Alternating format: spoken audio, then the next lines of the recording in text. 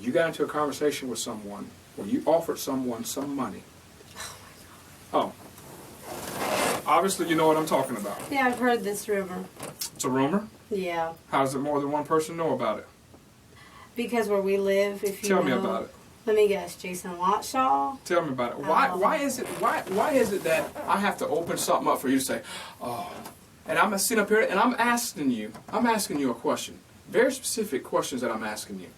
Okay? If there's anything else that I need to know, you need to tell me. I think that'd be one that I come up, hey, somebody just said a rumor, or this bullshit rumor's going on, or this is going on, or that's happening.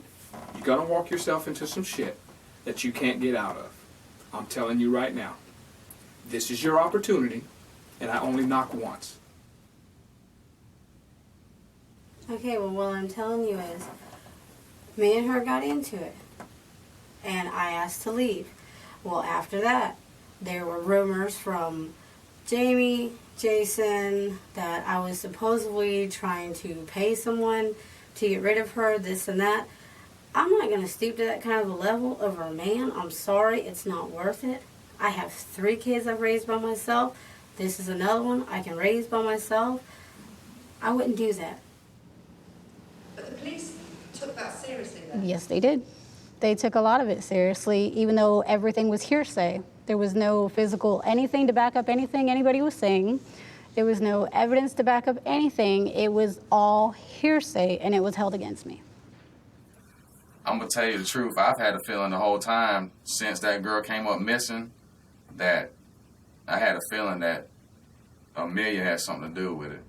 The picture we're getting of Amelia at this point is that she does not want Heather around. She wants to eliminate Heather from this triangular relationship.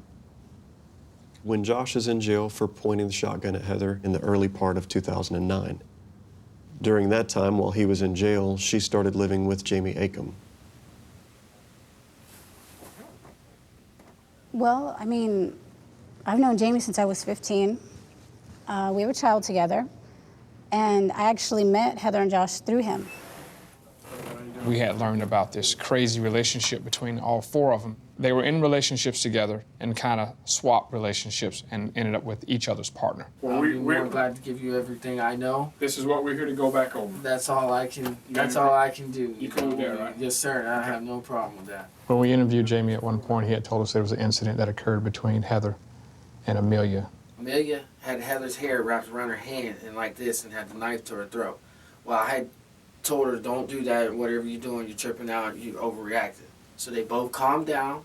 She told me to get Amelia and get her the hell out of her house. Jamie Acom's description of Amelia grabbing Heather's hair and wrapping her hair in her hand and pulling her head back and putting a knife to her throat and threatening to cut her throat, that was really important evidence because she was pregnant, 7 months pregnant at the time.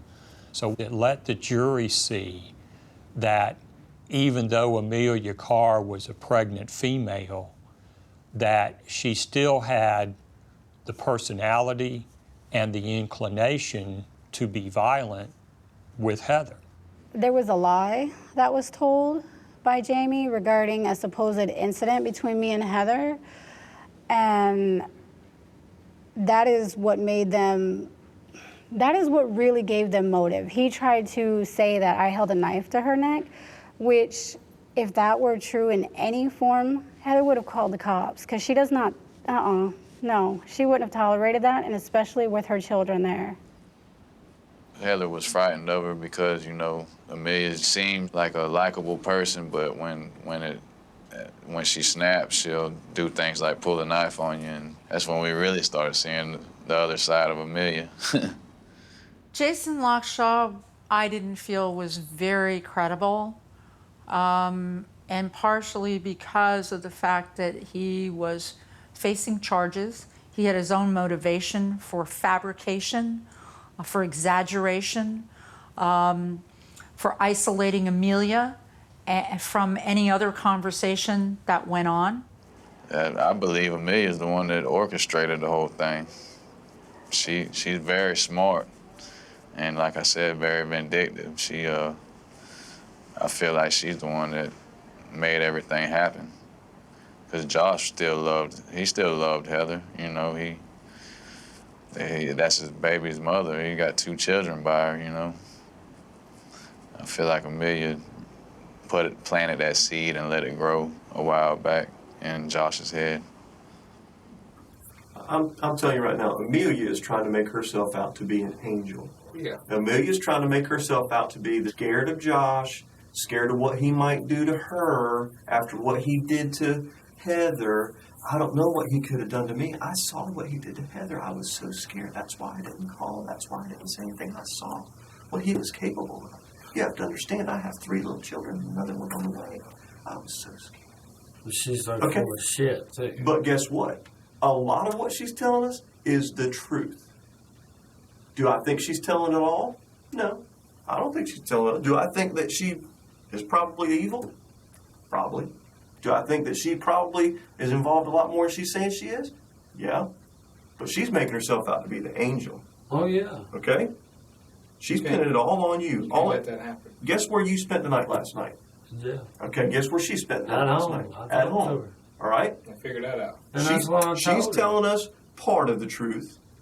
You've got the other part that you're trying to just hide because you know you're involved.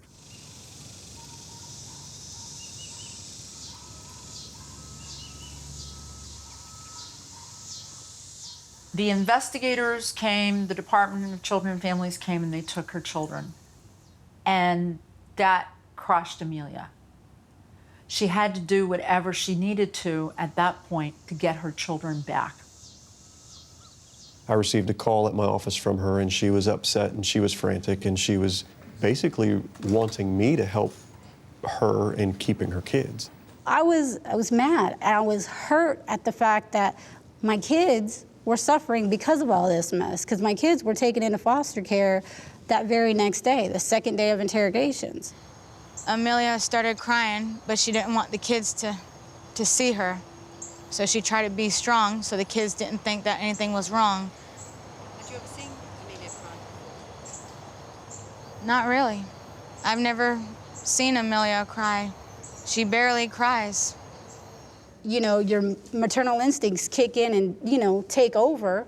You don't think with a logical mind. You think, how do I get my babies home? How do I get them away from strangers? They're separated, they're going through it. That was my priority. The very next day, she called again. And this time I had the opportunity to record the phone call. What I'm telling you is I know things that only the coroner or whoever does the autopsy, I know things, Detective Spivey, that happened. But I'm just saying I'm not going to say anything without immunity. Because I'm telling you, with what I know, I'll go down with him. Not for murder, because I didn't kill the girl. What more can you offer that's going to definitely send him away to prison? Nothing I can give you without immunity. All right. Are you willing to talk to me back in the hypothetical terms again? I mean, because that's what I'm going to need. Are we off the record? We're off the record. Okay. Hypothetically, maybe I know a little bit more about what happened while he was back there. But hypothetically, I'm not going to say anything without immunity. I'm just scared to take that step without that little piece of paper, so I know I'm not going to fall on my face and lose my kids for the rest of my life. Maybe what could hypothetically be said was maybe I could be the state attorney's best eyewitness. To what happened. Hypothetically. Okay. So, if immunity was given, there's possibly a witness out there who actually watched her die. Possibly.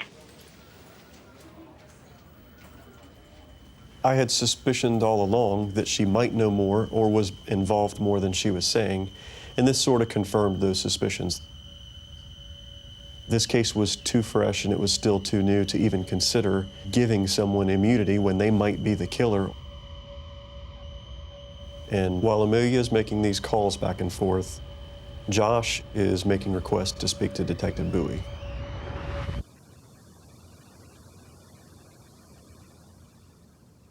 Me and Josh had a connection. Me and Josh spoke for several hours, a couple of days. We continued to speak. I remember Josh telling me at one point that he couldn't rest because he kept seeing Heather's face, and he needed to get this off of his chest. I wanted to know what happened, and I think Josh wanted to tell me what happened.